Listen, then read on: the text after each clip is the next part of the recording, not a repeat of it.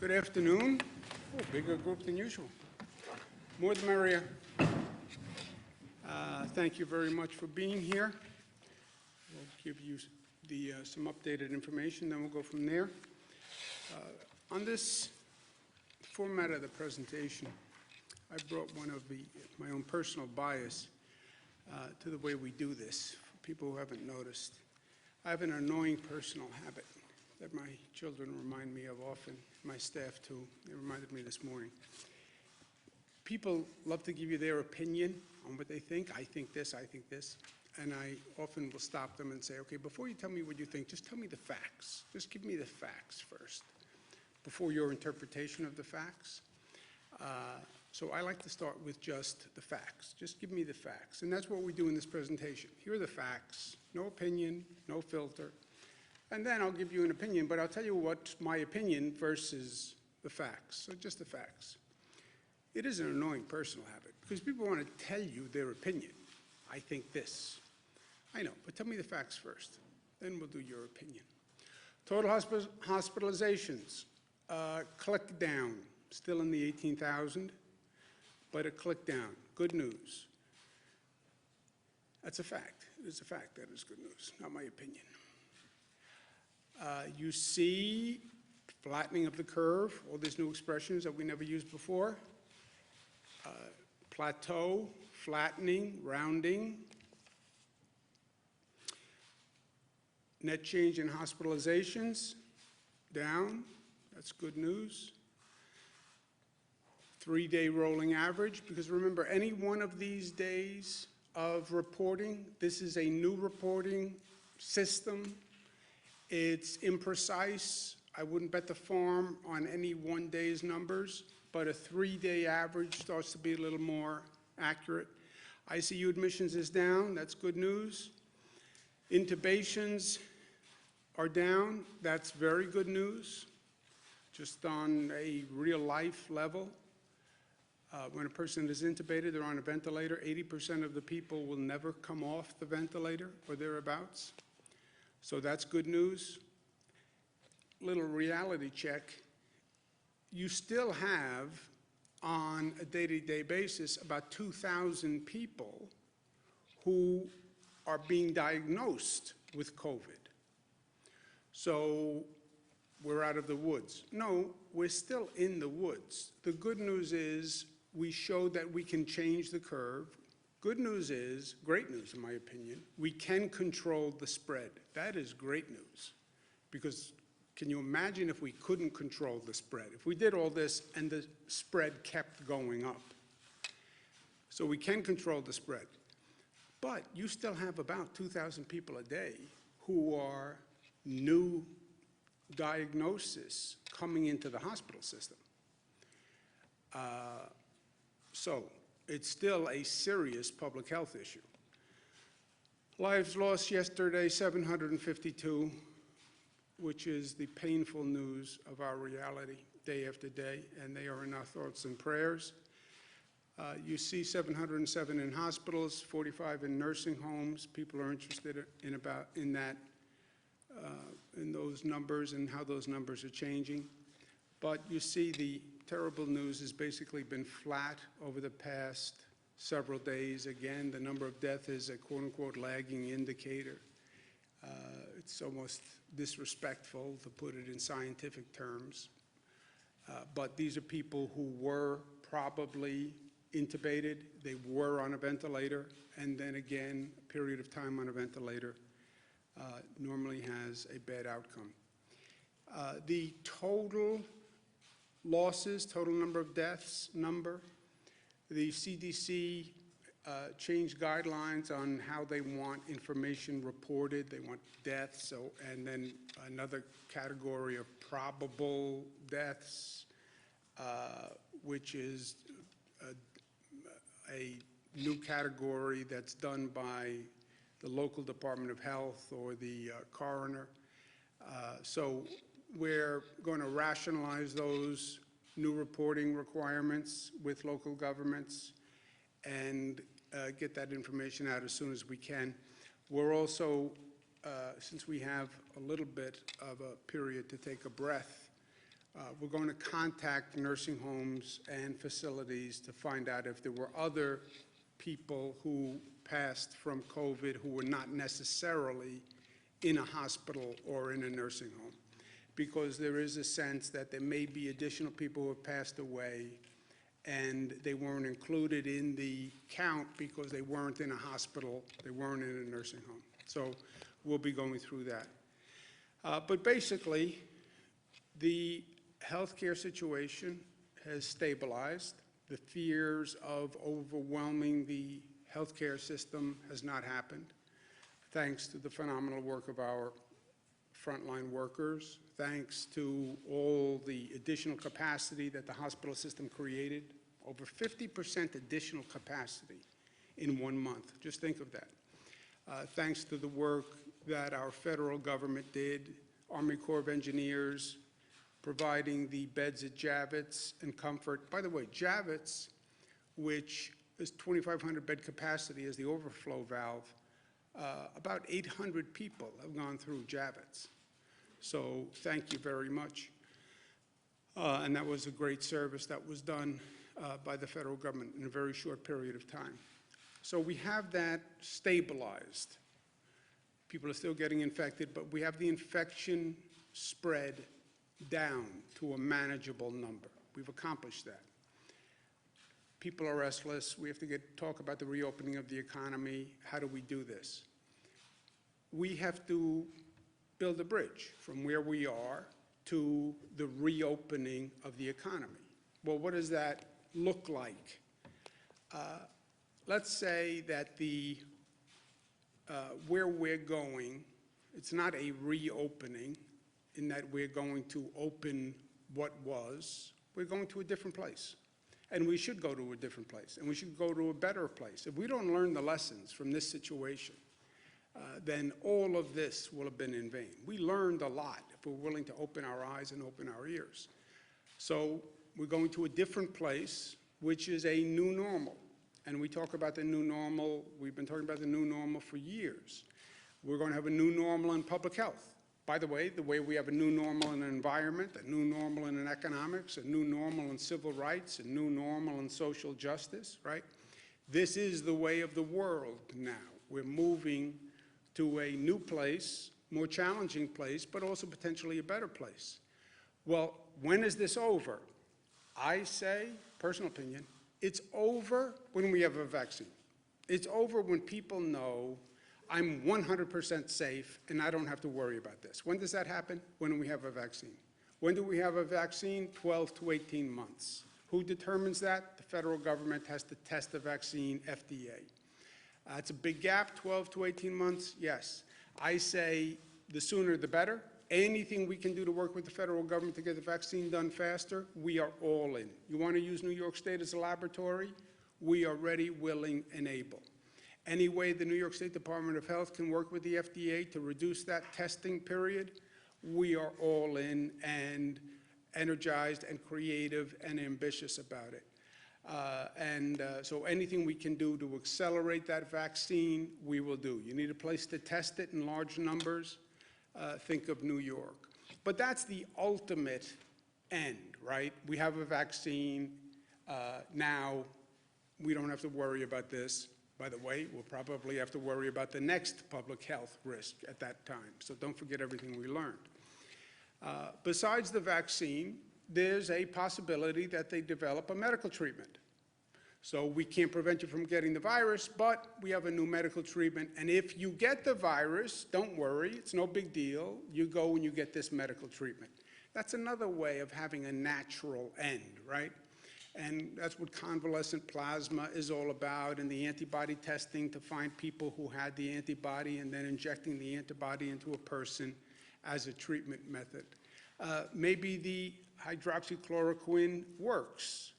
Now, this has been a very politicized topic. I have done my best to stay 100 miles away from politics in all of this. Everybody wants to see hydroxychloroquine work. Everybody.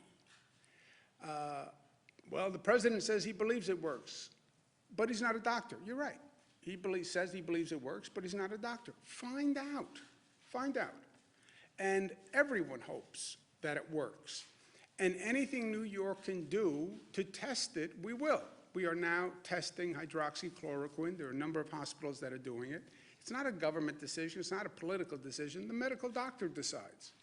And if a medical doctor decides it works, fine. We have an executive order that limits the prescription of hydroxychloroquine only because we don't have enough. And there was such a demand on it that people who needed it and were using it can't get it. So if the federal government sends us more, we will dispense more. It's a pure supply side issue. Or maybe they develop another drug that they figure out has an effect. That could happen between now and the vaccine, and we all pray that it does. But until you have the vaccine, until you have the medical treatment, what do? How are you building the bridge? Well, it's going to be a phased reopening, right? And during the phased reopening, the priority is make sure you do no harm and keep your eye on the public health issue. That is what is key in all of this. So it's going to be a calibration of reopening based on public health safety and that infection rate, because what we have done and the reducing of the infection rate is a pure function of what New Yorkers have done and what people across the country have done. When you relax that social distancing, you could very well see an increase in the infection rate. So it's all a calibration to the public health, but it's going to be a gradual increasing of economic activity in calibration with the public health standards. The single best tool to doing this gauging, right, is large-scale testing. Test, trace, and isolate. That's what everybody's talking about. What does this mean? It means you test, you find a positive, you trace back who they were with, where they were, test those people, and you isolate the people who are positive. It's inarguable. It's just very, very hard to do. And it opens this new world of testing. And this new world of testing is a new world to all of us, by the way. There's diagnostic testing. Are you positive or negative? There's then testing for antibodies. Were you exposed? If I find out that you were already exposed and you had the virus, now you can go back to work because you had the virus, you have antibodies. Antibody testing, once you have the antibodies, you can help develop convalescent plasma where they can take your blood, take those antibodies, use it as treatment. There's saliva testing, which is faster and easier. It's not blood testing, it's not a swab, it's just saliva, but that's a new form of testing that's just being developed. There's finger prick testing, which is less invasive, but also being developed. There's full blood sampling testing, which is obviously more intrusive. But to do the testing, you need testing equipment. You need swabs, you need vials, and you need all of these things at a capacity that does not now exist. Where do you do the testing? We've been doing testing in hospitals. Frankly, that's not a great place to do testing. You don't want people walking into a hospital emergency room who may be positive for COVID. Our drive-through locations are better. But how do you bring that to scale, all right? And then, even if you have the equipment and the testing site and the personnel to do the testing, where do you get the labs to test all of these tests? This is a whole world of questions that nobody has ever seen before. The bottom line is, well, you need large-scale testing. Let's do it. We can't do it yet. That is the unvarnished truth. I know because New York has been doing this since this started, exploring this new world. We have done more tests than any other state. We've done over 500,000 tests, which is more than the other states that are near us combined, okay? So we've been very aggressive here. But in all this time, we've only done 500,000 tests. Now, that's a large number of tests, yes, but this is over 1 month period. And even 500,000 tests, you're talking about a state with 19 million people, right? So you get a sense of the scale of what we have to do here. We cannot do it without federal support. And I've been saying this for days. If you have a state that has a lower need, yes, they may be able to do it. But when you have a state that has to do a large number of these tests, I'm telling you we can't do it without federal support. And I've said that from day one. We will coordinate, and we have been coordinating all the tests in our state. That's how we got to that 500,000 number. More aggressive than I think anyone else. We have 228 private laboratories in this state. We will coordinate with them. We'll make sure that we're not competing with ourselves because there are a lot of groups that are now testing. New York State Department of Health developed their own antibody test. And that test is going to be very important, and it's in our control because we'll actually do those tests. We don't need a private lab. We don't need anyone else. With those tests, it will go to about 2,000 per day capacity, and that is a finger prick test, so it's not terribly invasive. Even I can endure the pain of that one. We've asked the FDA to approve a state test that could get us to 100,000 people per day. To give you an idea, that's then 500,000 a week if you don't work the weekends, and I don't know if you do, and I don't want to raise something I don't know about, but 500,000 a week, we've only done 500,000 to date, right? So you get a sense of how powerful that would be if the FDA approves that. We're going to prioritize the antibody testing for first responders and essential workers, and this is important. We've all been saying thank you to the healthcare workers, and that's nice. But I've been talking to George Gresham through this. He's the head of 1199, which represents many healthcare workers. His point has always been the gratitude is appreciated, but we need support. The healthcare workers need support. They need the PPE equipment, and they need the tests to make sure they're not getting infected, or if they are infected, what is their status? And he's been exactly right. More than thank you, actions more than words, right?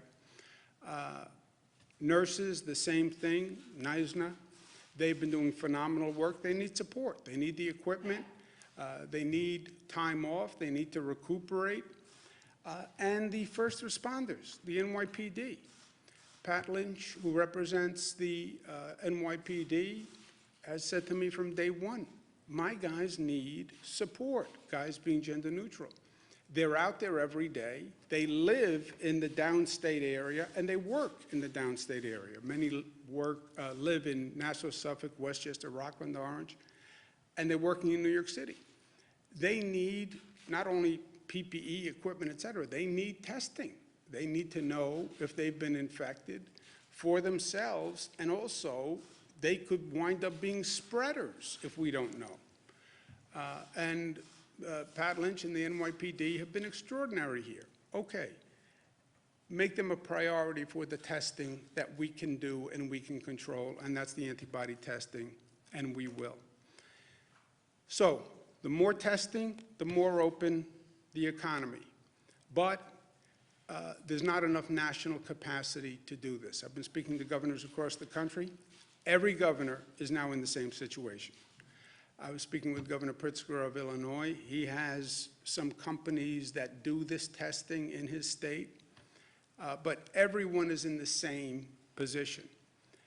And we have to be clear on this who does what between the federal government and the state government. The states cannot develop national testing. There's no simple answer to it. It's basically controlled by private sector companies who have been doing it at a reduced volume because that was the world. You didn't need such a high level of tests. So the private sector companies only developed to the capacity that the market demanded. This is an entirely new market. And then when you talk to the private sector companies, which I have, they'll say, I can't increase my volume. I can't get enough swabs. I can't get enough vials. I don't have enough machinery to manufacture it or test it. They need chemical agents that are part of the test. Many of these chemical agents aren't even manufactured in the United States, so there's an international supply chain. All this to say, it is very hard to bring this to scale quickly, and we need the federal government to be part of this. Testing capacity, to me, is like what ventilators were over the past month. All of a sudden, because of this virus and the respiratory attack, we need massive numbers of ventilators. I never heard about ventilators before this. I now know more than I ever wanted to know about ventilators. But it came out of the blue. They're very hard to manufacture. There's a whole supply chain. They're a sophisticated piece of equipment, and it's very hard to get them manufactured quickly. No one is to blame on ventilators. No one is to blame on testing. I know we're in a political world. Well, who's to blame? Who's to blame? Sometimes there's nobody to blame, you know. On this testing situation, there's nobody to blame.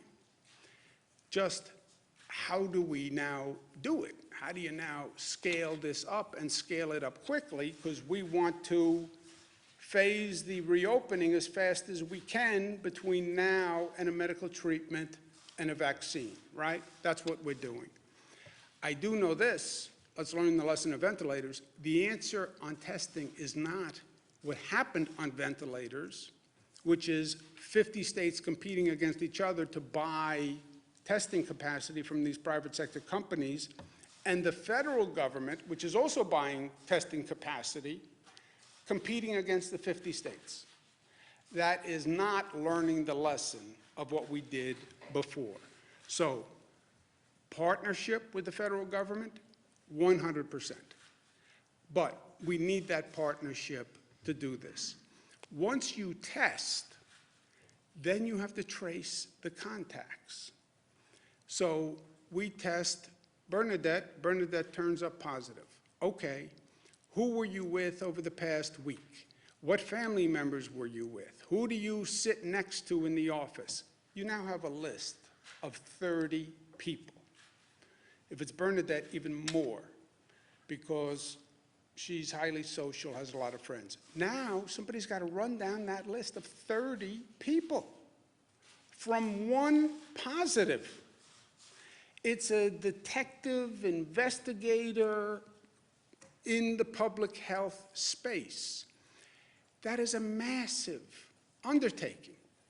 It's intelligent, but it's massive. And that is an army of tracers. So testing, have to get that up to scale, and then tracing. Yes, but that's a massive undertaking that we now don't do. So, testing, tracing, isolation. Yes, we have to do that in concert with the federal government. Again, no one's done it before. No one has done it to this volume. And second, for the states to do this role of reopening, we need funding. And the past federal legislation has not provided it. It's that simple. They funded many good causes, hospitals, small businesses, et cetera. Yeah, but you now want the state governments to do all this work. Do this, do this, do this, do this.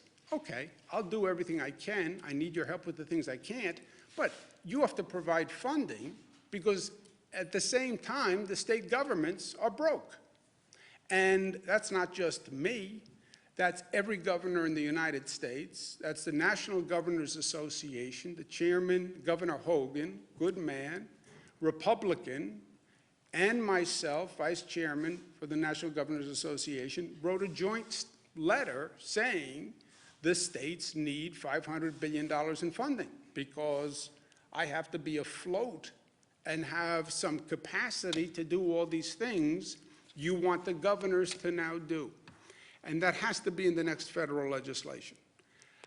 And there can't be excuses about it. So from today to 18 months, which is the last date for a vaccine, that's what we have to work through.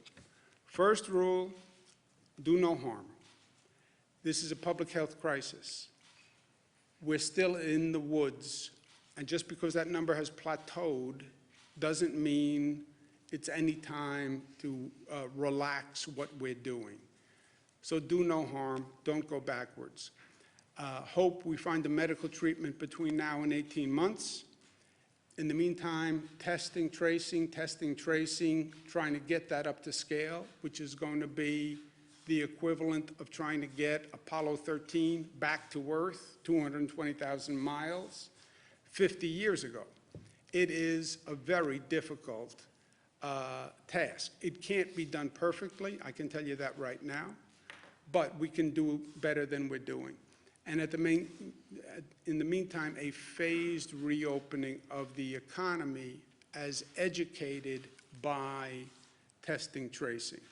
Now, one other point on the phased reopening. What does that mean? And how do we phase this reopening until we get to a medical treatment or a vaccine? This is what we're thinking about. We need clarity on what the federal government is going to do and what the state governments are going to do. I heard the president last night. The states, it's up to the states, basically. Great, I get it. And the states can do the do no harm. It is their job to do the public health monitoring. The states can also do the phased reopening plan. We cannot do, the states that have a large problem, cannot do the testing and tracing without federal assistance. And that's important. On the reopening, we can do, and we have a blueprint for the reopening. Again, as guided by testing, tracing. But there are two factors really on the reopening. How essential is the business, service, or product or function? The more essential a business, service, or product, the more urgent the need to immediately get them back online, or as soon as possible. So, how essential is what the business does? And then second, what is the risk of infection spread of that business? Some businesses can say, I can open tomorrow. In my business, I'll have all sorts of precautions. People will not be less than 6 feet apart, period. There will be no congregation of people. I won't do conferences. I won't do joint meetings. It's not the way my business operates. I can bring everybody back, put them at separate desks. They'll never be near each other. I have a very low risk of infection spread. Businesses can start to redesign their workplace to think that way. All right, so your business poses a low risk of infection spread. That's the second factor. And the first factor is how essential is your business. So that is almost a business by business evaluation that has to go on. And then once you determine the essential nature of the business, because right now we have all quote unquote essential workers who are working, right? This would be, well, what's the next tranche of essential workers? And how high or low is the possibility of infection spread if that business becomes operational? And then you basically have a matrix where the lower risk of infection spread and the higher nature of essential services are the businesses that you would start prioritizing, right? So that's how we will inform our economic reopening as we're being guided by the testing tracing, and as we're making sure we're not jeopardizing the success we've made in handling the public health issue.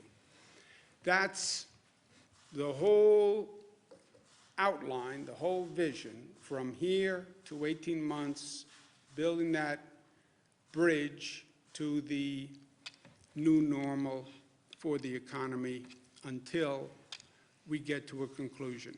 In the meantime, for today, stop the spread. I'm going to show you a chart in the next couple of days.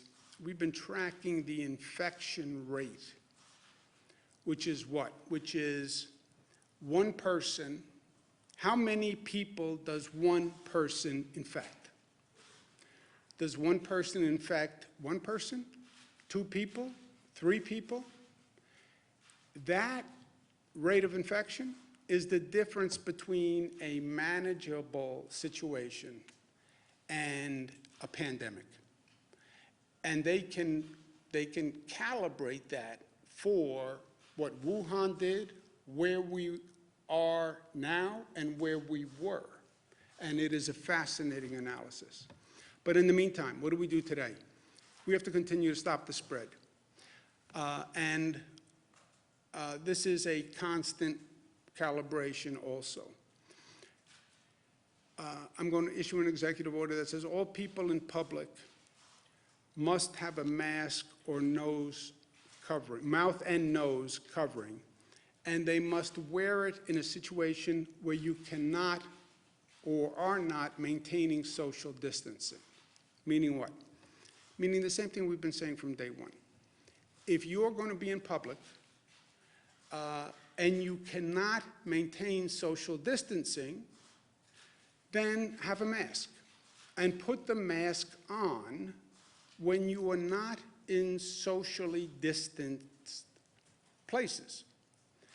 You're walking down the street alone, great. You're now at an intersection, and there are people in the intersection, and you're going to be in proximity to other people, put the mask on. Your right to go out for a walk in the park, go out for a walk because you need to get out of the house, the dog is getting on your nerves, fine. Don't infect me. You don't have a right to infect me. If you are going to be in a situation in public where you may come into contact with other people in a situation that is not socially distanced, you must have a mask or a cloth covering nose and mouth. That is by executive order. So if you're going to get on public transit, you're going to get on a bus, you're going to get on a subway, you're going to stand on a subway platform, you're going to walk in a neighborhood that is busy, you're going to be on a sidewalk, you're going to pass other people on a sidewalk, you're not going to be able to maintain social distancing, you must wear a mask. Or cloth, or an attractive bandana, or a color-coordinated bandana, cloth, but you have to wear it in those situations. We'll give people 3-day notice to allow compliance, just on the off chance that somebody doesn't have a cloth covering or a mask, and we'll go from there. On the ventilators, we've stabilized our healthcare situation. New York had one of the earlier curves. There are other places in this country are now seeing increases in the death rate, and they're seeing stress on their healthcare system. I will never forget the generosity that people across this country showed to our state. And I said at that time, New Yorkers are generous and they are grateful and gracious, and when you need help, we will be there for you. And we will be. State of Michigan is going through an issue right now. State of Maryland is going through an issue. We're stabilized. We're going to send 100 ventilators to Michigan and 50 to the state of Maryland. Last point, personal opinion, build the bridge. We built a bridge. And I learned a lot by building that bridge. And it's a lesson that has informed me, and a lesson that I think should inform people who are hearing about us needing to build this bridge. There was a bridge across the Hudson River called the Tappan Zee Bridge. It was in very bad shape, had been in very bad shape for 20 years. For 20 years, everybody talked about we're going to replace the Tappan Zee Bridge. Nobody did. Tappan Zee Bridge was in such bad shape that there were actual holes in the roadway that they would put these large metal plates over. And when you were driving across the Tappan Zee, you go over one of these metal plates, and the plate would bounce a little bit. And you could actually see glimmers of light that would come through the hole and the metal plate. Traumatized 2 generations of drivers, me included. And government kept saying, yeah, we have to replace this bridge, we have to replace the bridge. Never did. I become governor, I say, we have to replace the bridge. A whole raft of bureaucrats say to me, I mean that in a nice way, you know what, it's too risky a venture. It goes across the Hudson River. The Hudson River is an environmentally sensitive place. You try to build a bridge in the Hudson River, you have to put down piles, you have to do all that construction. It's going to annoy environmental concerns. It's going to be very expensive. It's a very high-risk, difficult project. And they cautioned me not to do it. And by the way, for 20 years, nobody had done it. I said, yeah, but then you don't build the bridge. I understand the risk. I understand you could get blamed. I understand something could happen. I understand whatever you do in life, people are going to have 57 different opinions, and it's never going to be perfect. And yes, they can always write stories. This one criticized this one criticized this, and we love negative in society for some reason. But then you don't get anything done. Long story short, we built the bridge on time, on budget. It's beautiful. We did go through all the heartburn of going through a construction project in the public domain. Yes, many people criticized. We picked blue, they wanted green. We did this, they wanted that. That's the nature of people. But we did it. We did it. And it is a beautiful symbol for me. And for anyone who sees it, don't tell me that we can't do it. Don't tell me we can't do it. Because I know that we can do it. Because we did do it. And we did it very well.